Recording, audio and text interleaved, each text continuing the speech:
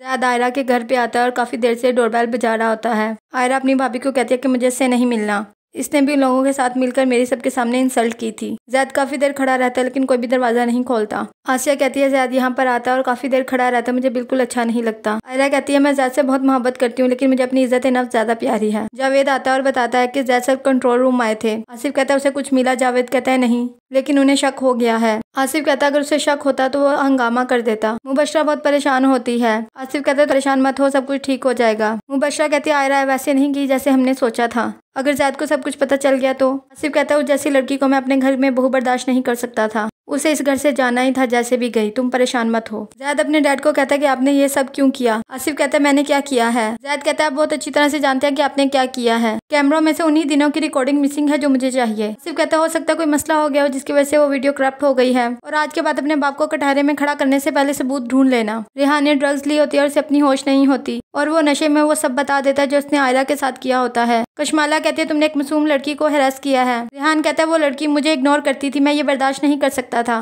अब पूरी जिंदगी ज़ैद को सफाइयाँ देती रहेगी। कशमाला कहती है मैं सबको बताऊंगी तुम्हारी हकीकत। रेहान उसके बाजुओं से पकड़ता है और उसे काफी मारता है। ज़ैद आयरा की वजह से काफी परेशान होता है। मुबशरा कहती है मेरा तुमसे निकाह हुआ है, मेरा भी कुछ हक बनता है, तुम क्यों मुझे इतना इग्नोर करते हो?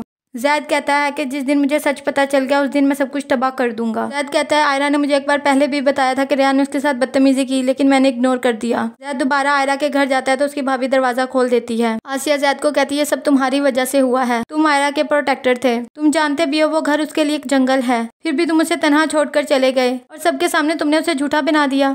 ज़ैद कहता है जी भाभी मैं मानता हूँ कि मेरी गलती है। आसिया कहती है वो तुमसे मिलना नहीं चाहती, तुम अब जा सकते हो यहाँ से। मुबशरा अपने डैड को कॉल करती है और कहती है कि कशमाला की तरफ से डिनर है, आपने और रेहान ने हमारे घर आना है। आयरा कहती ज़ैद आया था और आप मिल ली उनसे। आसिया कहती हाँ मुझे अच्छा नहीं लगता था, वो दरवाजे पर इतनी दिन देर खड़ा रहता था। ज़ैद जावेद को अगवा करवा लेता है, फिर वो उसे थ्रेट करता है जितनी भी रिकॉर्डिंग तुमने करप्ट किया इसे दोबारा ठीक करो। जावेद वो सब कुछ ठीक कर देता है। आसिफ ज़ैद को कहता है कि जावेद कल रात से मिल नहीं रहा। ज़ैद कहता है ये बात आप मुझे क्यों बता रहे हैं, पुलिस में रिपोर्ट करवाएं उसकी। आसिफ कहता है मैं अच्छी तरह जानता हूँ कि तुमने ही उसे अगवा करवाया है। ज़ैद कहता है कोई सबूत है आपके पास? आसिफ कहता है कि कशमाला कोई सरप्राइज देना चाहती है। कशमाला आती है और कहती है कि मैं रेहान से डिवोर्स लेना चाहती हूँ, वो ड्रग्स करता है। जाफर कहता है उसने कभी तुम्हें तो कुछ नहीं कहा ना। कशमाला अपना हाथ दिखाती है और अपने डैड को बताती है कि उसने मुझे मारा है। आसिफ कहता है मैं तुम्हारे बेटे को छोड़ूंगा नहीं अब। ज़ैद कैमरे की सारी रिकॉर्डिंग देख लेता है जिसमें रेहान आयरा के कमरे में गया होता है।